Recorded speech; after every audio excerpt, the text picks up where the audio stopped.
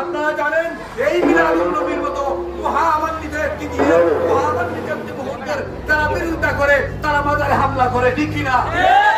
শাহজালালের দুশমন, আসারার দুশমন, জাভেদ শালবাদারের দুশমন।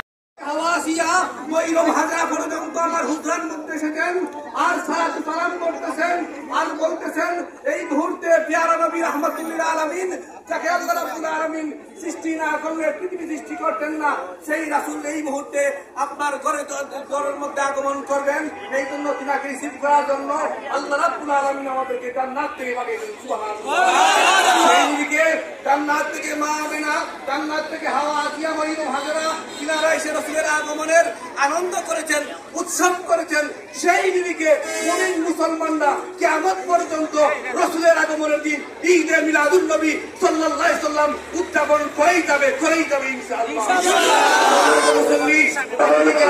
আপনারা জানেন এই মিলাদুন নবীর মতো মহামান্বিত একটি দিনের মহামান্বিত একটি মুহূর্তের তারা বিরোধিতা করে, তারা মাজারে হামলা করে, ঠিক কিনা? শাহজালালের দুশমন, আসারার দুশমন, জাভেদ শালবাদারের দুশমন, তার কুটি সঞ্জিততার দুশমন, তাদের বিরুদ্ধে ঐক্যবদ্ধ হয়ে মাঝে নামবো ইনশাআল্লাহ। আমার বক্তব্য শেষ করছি। আসসালামু আলাইকুম ওয়া রাহমাতুল্লাহি ওয়া বারাকাতুহু।